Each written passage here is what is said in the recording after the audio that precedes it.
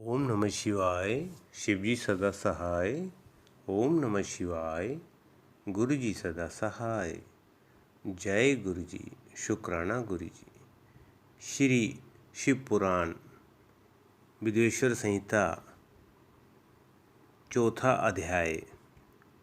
सनत कुमार व्यास संवाद। सूत जी कहते हैं, हे मुनियों, इस साधन का महात्म्य बताते समय मैं एक प्राचीन वृतांत का वर्णन करूंगा, जिसे आप ध्यानपूर्वक सुने। बहुत पहले की बात है। पराशर मुनि के पुत्र मेरे गुरु व्यासदेव जी सरस्वती नदी के तट पर तपस्या कर रहे थे। एक दिन सूर्य के समान तेजस्वी विमान से यात्रा करते हुए भगवान सनत कुमार वहां जा पहुँचे।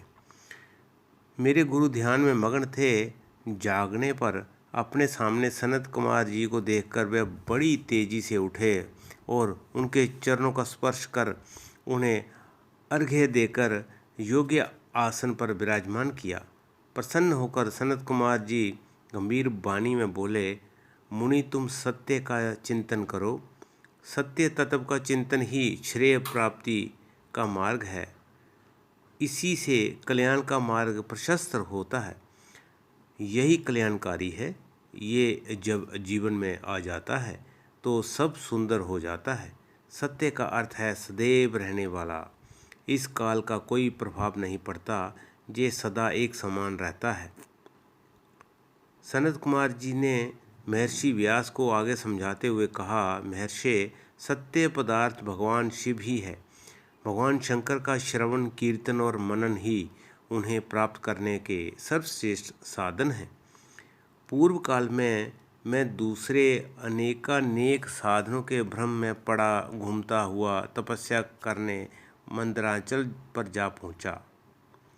कुछ समय बाद महेश्वर शिव की आज्ञा से सबके साक्षी तथा शिव गुणों के स्वामी नंदीश्वर वहां आए और स्नेहपूर्वक मुक्ति का साधन बताते हुए बोले, भगवान शंकर का श्रवण, कीर्तन और मनन ही मुक्ति का स्तोत्र है। ये बात मुझे समय देवाधिदेव भगवान शिव ने बताई है। अतः तुम इन्हीं साधनों का अनुष्ठान करो।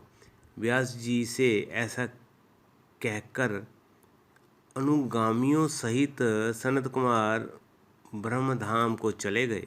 इस प्रकार इस उत्तम वृतांत का संक्षेप में मैंने वर्णन किया है। ऋषि बोले, सूत जी, आपने श्रवण, कीर्तन और मनन को मुक्ति का उपाय बताया है, किंतु जो मनुष्य इन तीनों साधनों में असमर्थ हो, वह मनुष्य कैसे मुक्त हो सकता है? किस कर्म के द्वारा बिना यत्न के ही मोक्ष मिल सकता है?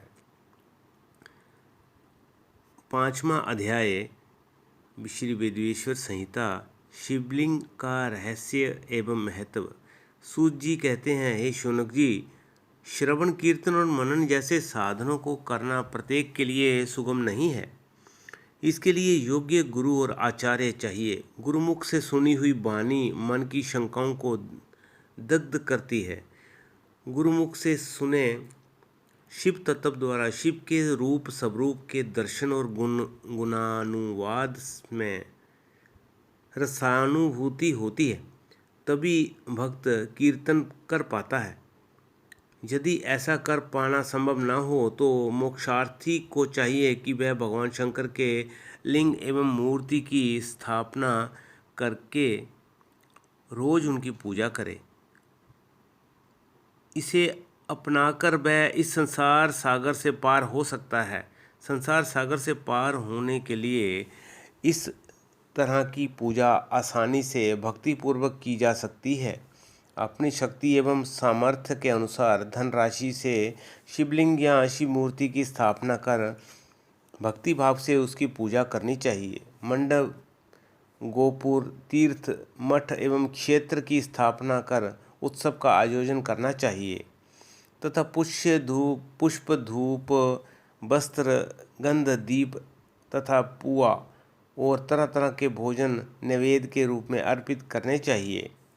श्री शिवजी ब्रह्म रूप और निष्कल अर्थात कला रहित भी हैं और कला सहित भी मनुष्य इन दोनों स्वरूपों की पूजा करते हैं। शंकर जी को ही ब्रह्म पदवी भी प्राप्त है। कलापूर्ण भगवान शिव की मूर्ति पूजा भी मनुष्यों द्वारा की जाती है और वेदों ने भी इस तरह की पूजा की आज्ञा प्रदान की है। सनत कुमार जी ने पूछा, हे नंदीश्वर, पूर्व काल में उत्पन्न हुए लिंगवेर अर्थात मूर्ति की उत्पत्ति के संबंध में आप हमें विस्तार से बताइए।